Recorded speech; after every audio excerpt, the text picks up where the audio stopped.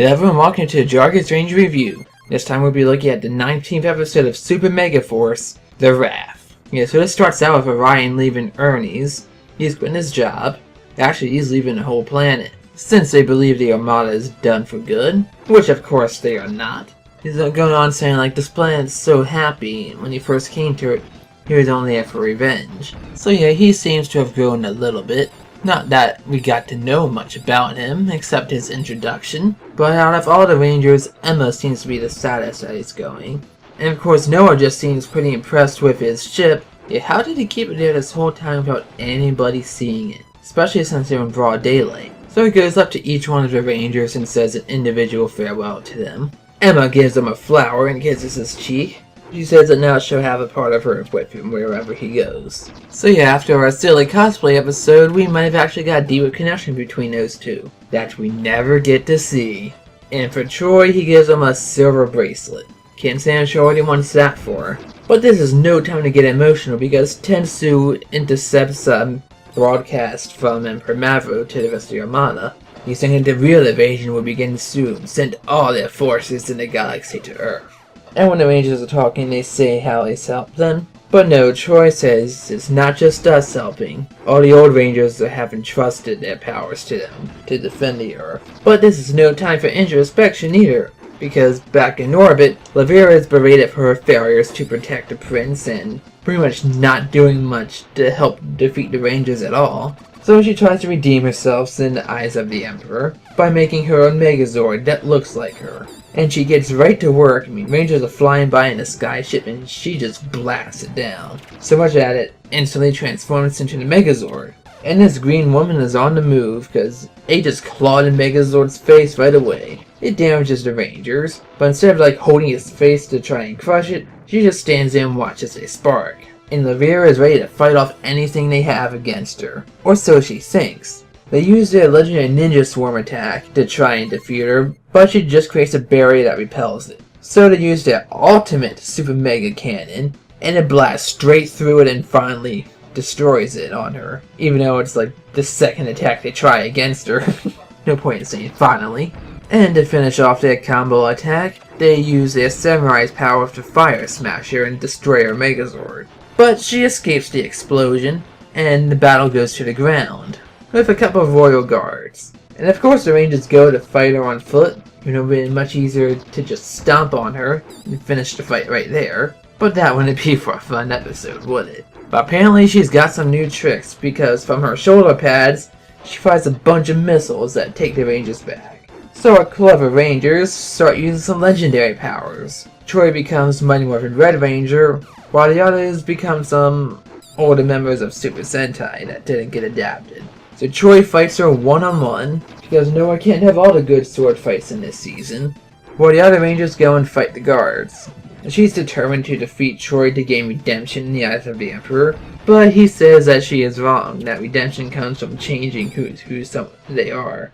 So in this battle, the Rangers really have the upper hand and defeat their trio, while the Royal Guards fall first. And right when they're about to explode, Troy just says, "Wait for it." It's so rare that the show is self-aware. It's so much fun to see when it is, especially for one of its most iconic tropes.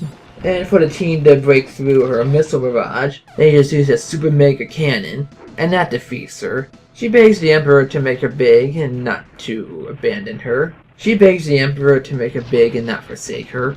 Yeah, but they just ignore her and she explodes. But it doesn't matter at all because she was just a distraction while the fleet arrives. Thousands of Armada ships attack and demorph them, maybe even millions.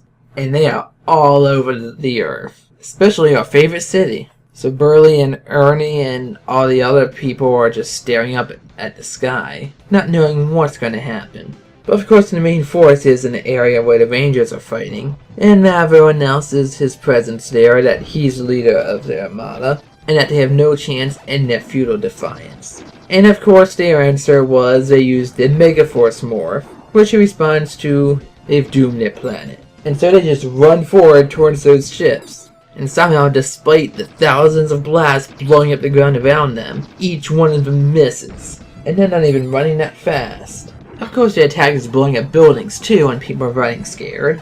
So at least they're hitting some sort of target. So the Rangers do what they should have done and you jump right into Megazords. Oh, and somehow they have to Q-Rex on remote control. They just do, they don't explain it. So they should, because it kinda needs Orion to activate it through his Ranger keys. Yeah, but Troy says they have their own fleet and they use a bunch of Zords, like all the Zords from Megaforce, the old Megaforce, and start blowing them up. And they put the Q-Rex on autopilot. Yeah, it doesn't even need the Rangers to tell it what to do anymore, it just acts on its own. And they become the RPM and Mystic Force Megazords. And the Rangers use what they call the Legendary Battalion mode, and it's just start glowing to do something called the Fire Star Strike. Which pretty much, they become a glowing ball of energy and just tear through the Armada. Maybe 10,000 or so without right above them. Of course, the Emperor says it's impressive, but nothing. The second wave is gonna come and crush them. And Orion is in space and his ship, because it was an Armada ship, picks it up. And he's like, oh no.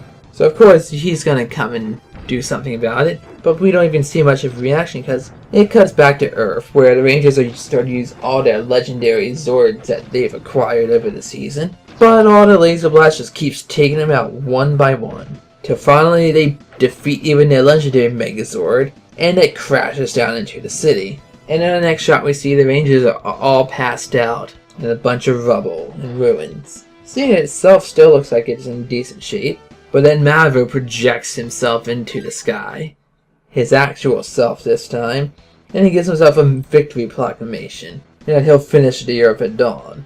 You know, instead of finishing it now and ending their resistance, he's gonna give them a chance to fight back. But he's gonna tell the people, yeah, you're screwed, just give up and it'll be easy for you.